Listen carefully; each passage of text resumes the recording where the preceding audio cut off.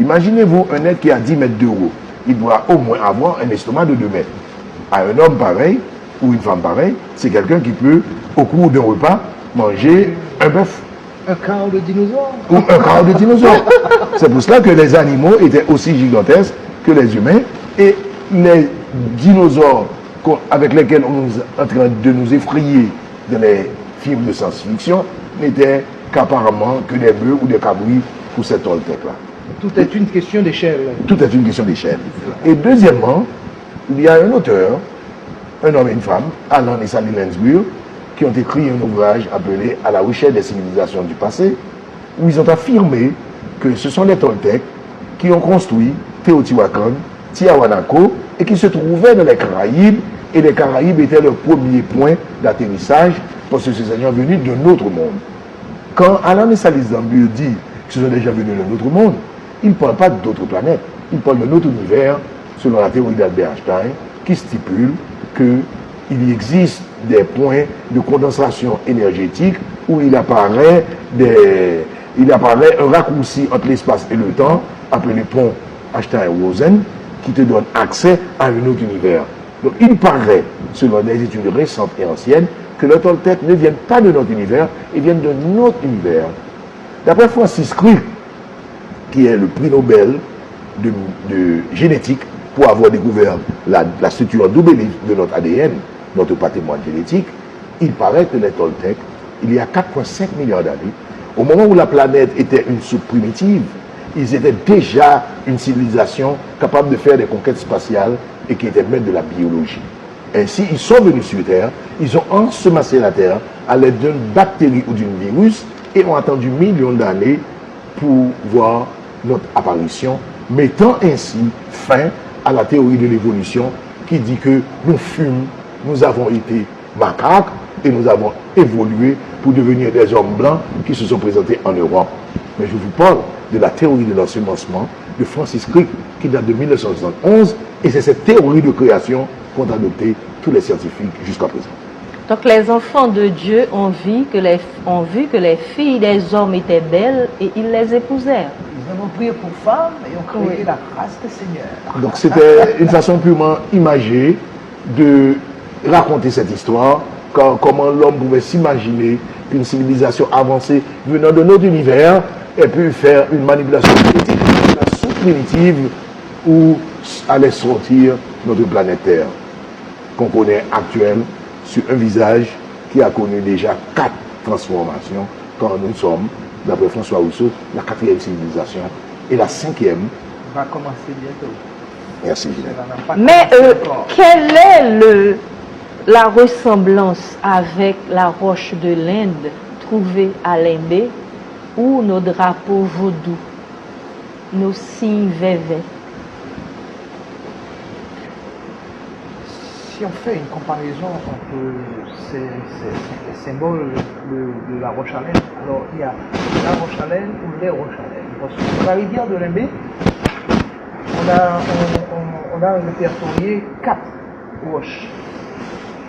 Et sur ces 4 roches, il y a une en particulier, celle qui se trouve sur la rive droite. C'est elle qui est la plus riche parce qu'elle a à peu près une quarantaine d'inscriptions dessus. Et ce que nous remarquons sur ces roches, c'est qu'il y a beaucoup de circonvolutions. Et ces circonvolutions sont tantôt en circonvolution opposée, tantôt en circonvolution qui vont dans le même sens. D'accord? Ce que nous retrouvons dans les vévets. De plus, on retrouve aussi comme figure des éléments losangiques. Or, nous savons que presque tous les vévets sont à la base du losange. Ok?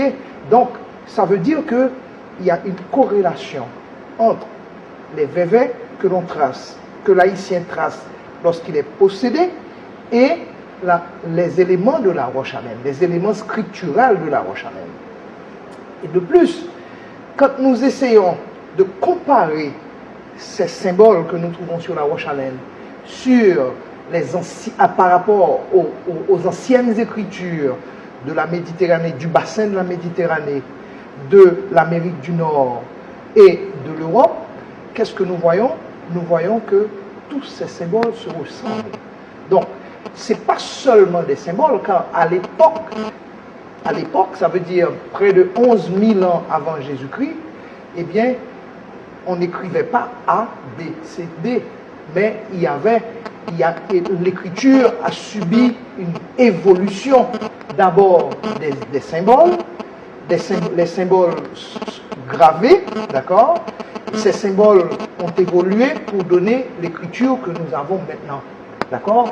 Mais tout ça, quand nous faisons la comparaison, nous voyons que presque tous les éléments de la roche à laine, et je crois 14, nous avons 14 éléments de la roche à laine, quand on compare aux anciennes écritures, eh bien, il n'y a pas de doute, c'est une écriture. On les retrouve.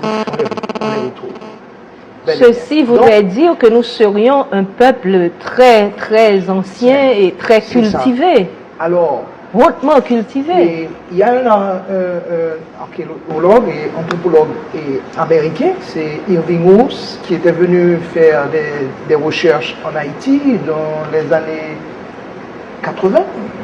70, 80. Et il a fait des études et surtout du côté de l'Archaïen. Et dans ses fouilles archéologiques, il a trouvé des pièces archéologiques, quand il fait la datation de ces pièces, qui remontent à 5000 ans avant Jésus-Christ. Et parmi ces pièces, il trouve des cuillères, il trouve des fourchettes. Donc ça veut dire que ces gens qui existaient là, qui vivaient là, c'était des gens évolués. Ce n'étaient pas des êtres primitifs. D'accord? Et on peut comprendre que dans une zone où il y avait des gens qui avaient atteint une certaine évolution, ont pu régresser dans le temps, parce que maintenant, nous savons que une catastrophe peut transformer la vie de toute une civilisation. Une civilisation pouvait être très avancée, et voilà qu'une catastrophe globale transporte cette civilisation avancée en une civilisation primitive qui recommence une autre civilisation.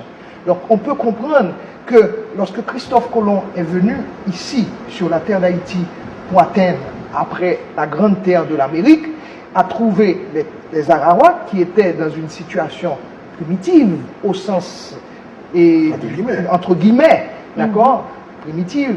Ça veut dire que ces gens-là, ils étaient parfaitement en harmonie avec la nature. Donc c'est pourquoi on les dit primitifs, d'accord. Donc on peut comprendre que ces gens-là ont été les gens qui ont survécu à une catastrophe globale dans la zone de l'Amérique. Donc c'est pourquoi ce qui s'appelle l'ancien monde, ça veut dire l'Afrique, l'Europe, le bassin méditerranéen, que notre civilisation appelle l'ancien monde, d'accord, n'a pas été l'ancien monde. S'il y a un ancien monde, l'ancien monde, c'est bien l'Amérique. Car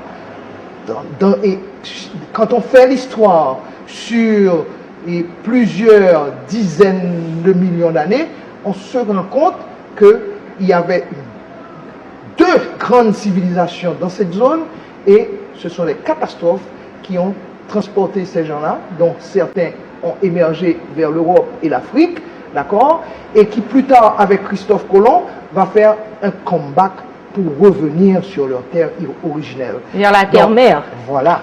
Donc, vous pouvez comprendre que Haïti, qui est au centre de l'Amérique, des deux Amériques, et au centre de la Caraïbe, du bassin insulaire de la Caraïbe, on peut comprendre que nous sommes un point privilégié dans cette histoire, dans cette tranche d'histoire de l'humanité.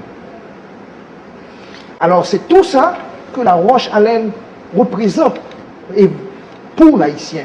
Donc il est important que l'Haïtien s'en approprie et met ces pétroglyphes en valeur de manière à pouvoir faire comprendre au monde que nous les Haïtiens, nous sommes des êtres particuliers et Haïti est un point particulier dans la planète Terre.